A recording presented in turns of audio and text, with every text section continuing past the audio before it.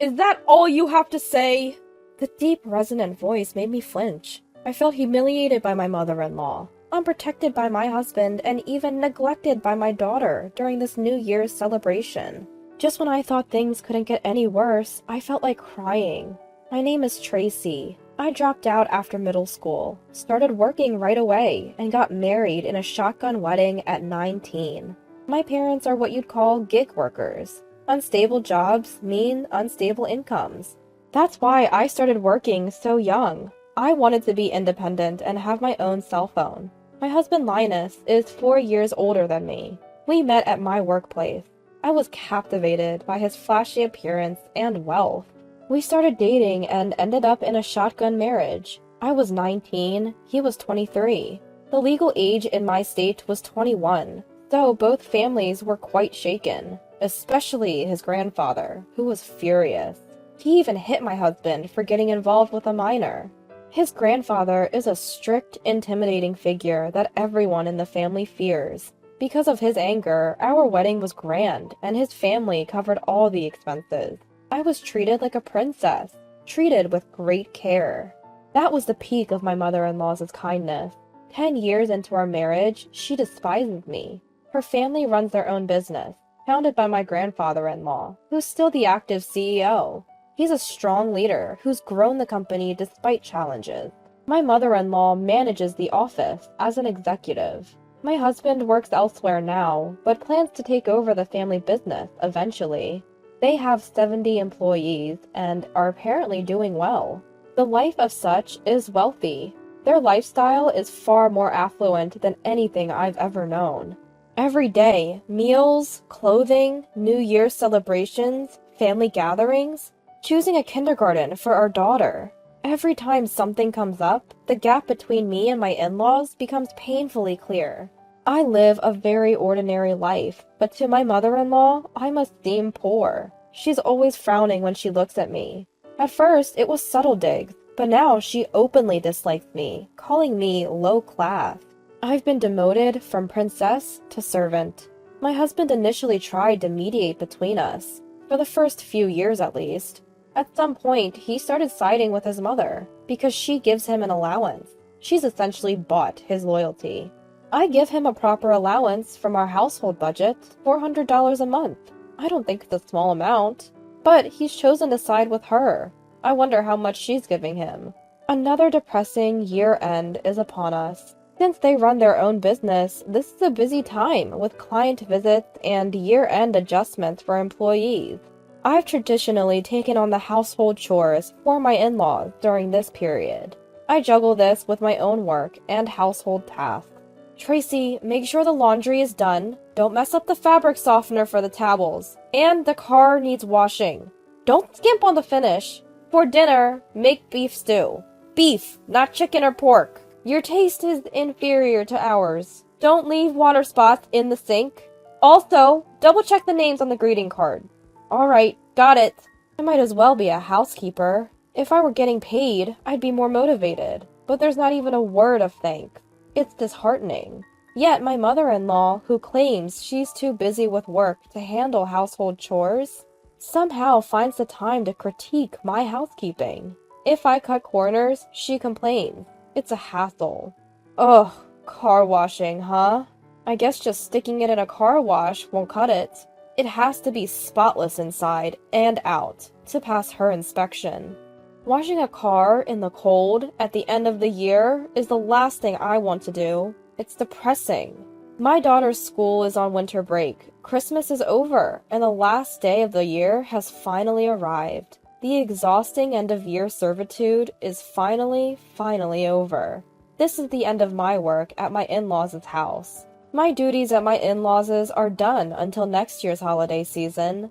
Or so I'd like to say. But New Year's brings its own set of tasks. Various people come to my in-laws for New Year's greetings. Relatives, business associates, friends of my husband's grandfather. My mother-in-law is busy entertaining them. As a result, she dumps even more chores on me. Cooking, dishwashing, shopping, cleaning, answering the phone. I don't even have time to sit down. I eat standing up in the kitchen, squeezing meals in between chores. My mother-in-law and husband are chatting happily with the relatives who come for New Year's. Everyone's had a bit to drink, and their voices are loud. My husband keeps passing drinks to his mother. My daughter is playing board games with the other kids. Everyone seems to be having a good time. I work non-stop, listening to their joyful voices. It feels like I'm a throwback to the wives of a bygone era during New Year's. I'm used to it by now, so whatever. Let's give out gift cards, everyone! Here you go, gift cards for all! My mother-in-law starts handing out gift cards to the kids. Oh, I need to give out gift cards too. I quickly grab the gift cards I'd prepared and head out of the kitchen. Happy New Year! We have gift cards too! Wait, what's going on? When I get to the kids, they all look stunned. Only my mother-in-law is in high spirits. The difference between her and the kids is striking. The children look at me cautiously. What? What's the matter? Well... The oldest boy starts to say something, but stops. He looks at the gift card in his hand, then at my daughter, who has nothing. All the other kids have cards too. My daughter looks down, her face sad. Tracy, starting this year, we won't be giving your child a gift card. Oh, is that so? If there's none, there's none. But why single out my daughter? And to announce it like that in front of the other kids? That's just cruel. The other kids look confused too. Whether she notices or not, my tipsy mother-in-law cheerfully says, "That's right, a gift card from our family would be too much for the child of a dropout." What? I'm stunned by her unexpected words. What? Because I'm a dropout, you'll give to the other kids, but not my daughter? You're discriminating against my daughter for that reason? Discrimination sounds so harsh. It's a natural distinction. I've learned what kind of a person a dropout is over these 10 years. Your daughter probably has the same low-level tastes as you, so it's nonsense to spend money on her. What's natural about that?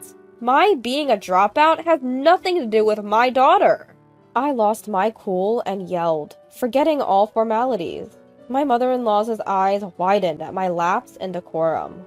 Well, what's with that tone? Who cares about tone right now? No parent would stay quiet when their child is insulted. Insulted? Who do you think you are? Your only asset is your youth. You have nothing else. You're a dropout who can only do housework. I'm an executive in a company, far more accomplished than you. That has nothing to do with our daughter. You said something terrible to her. Apologize. And you! Say something! Huh? Me? My husband was snacking on fruit on the sofa. His own wife and mother are arguing, and he's just chilling? Is he dense? What an idiot. Well, about the gift card, He popped another piece of fruit into his mouth, then mumbled, "Why don't you give some money to Mom? You're always relying on her." What?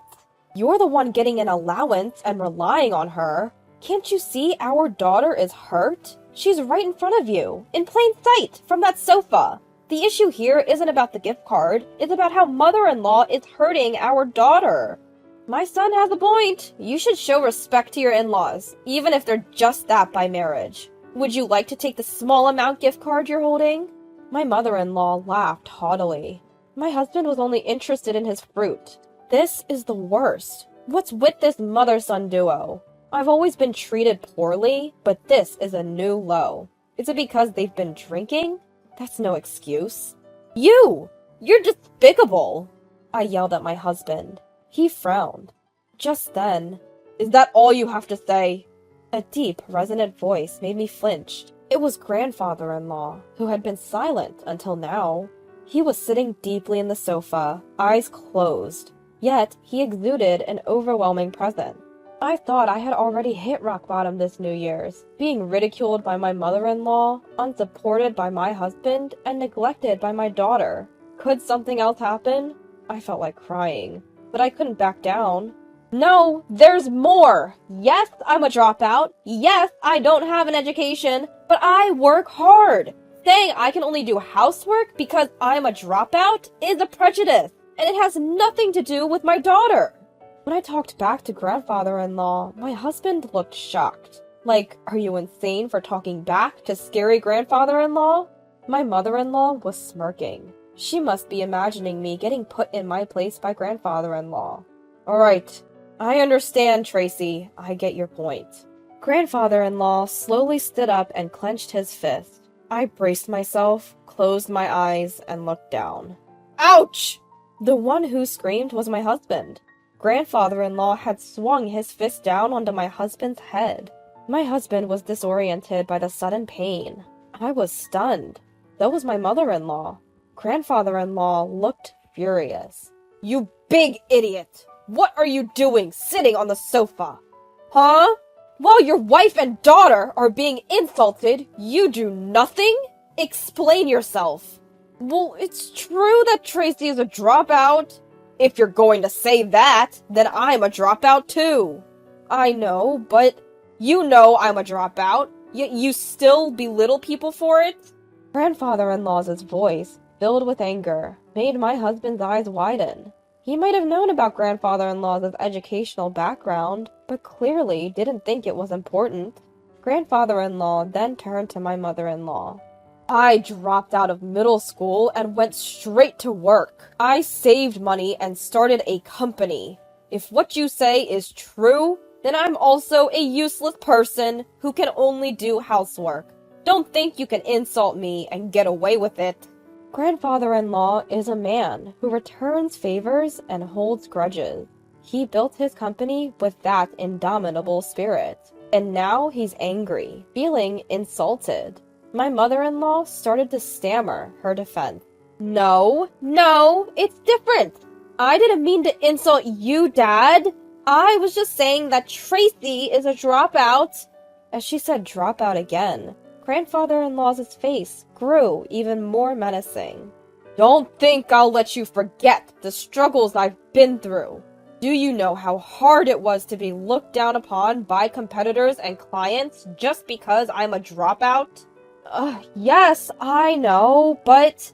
My mother-in-law was taken aback. Grandfather-in-law was erupting like a volcano. His explosive anger was terrifying. Since you're my dropout daughter, you must also have a poor sense of judgment. Probably why your husband left you. Truly pitiful. Dad, we're not talking about that now. I thought you would have learned your lesson after the first painful experience. Have you forgotten how much you had to pay your ex-husband in emotional damages? You haven't changed. Pathetic. My mother-in-law had a past where her spouse left her, which happened when my husband was in high school. She considers her divorce a stain on her life and gets upset when it's mentioned. I never asked for details. But from grandfather-in-law's tone, it seemed her personality was the issue. I saw relatives who had come for New Year's greetings quietly leaving. What an unfortunate start to the year for them. Spending money on you, who never learns from her mistakes, is nonsense. Once the New Year's holiday is over, you'll be removed from your executive position. You'll switch to part-time. What? My mother-in-law let out a voice of despair, but she couldn't defy grandfather-in-law, who held absolute power in this house. Linus, you're always relying on Mom, right? Yeah? Then you should be the one giving her money. You're the one most taken care of. What? You said it yourself earlier. Was that a lie? Faced with grandfather-in-law's piercing gaze, my husband frantically pulled his wallet from his back pocket. A high-end, beautiful wallet, bought with the allowance from his mother. In his haste, the wallet dove into a glass of liquor on the side table, getting soaked. My wallet was soaked. He pulled out damp bills and handed them to my mother-in-law, who pinched the wet money between her fingers. Mother-in-law picked up the liquor-soaked bill with his fingers. Now, you're next. Grandfather-in-law's eyes locked onto my mother-in-law. He looked like a lion eyeing its prey. You're also taken care of by me. You have something to give, don't you? Yes. My mother-in-law ran to her bag and pulled out her wallet. In her haste, the wallet slipped from her hands and fell to the floor. Here's a rerun of my husband's behavior. I took the money he gave me and handed it over to grandfather-in-law. Thank you for always being so kind to us.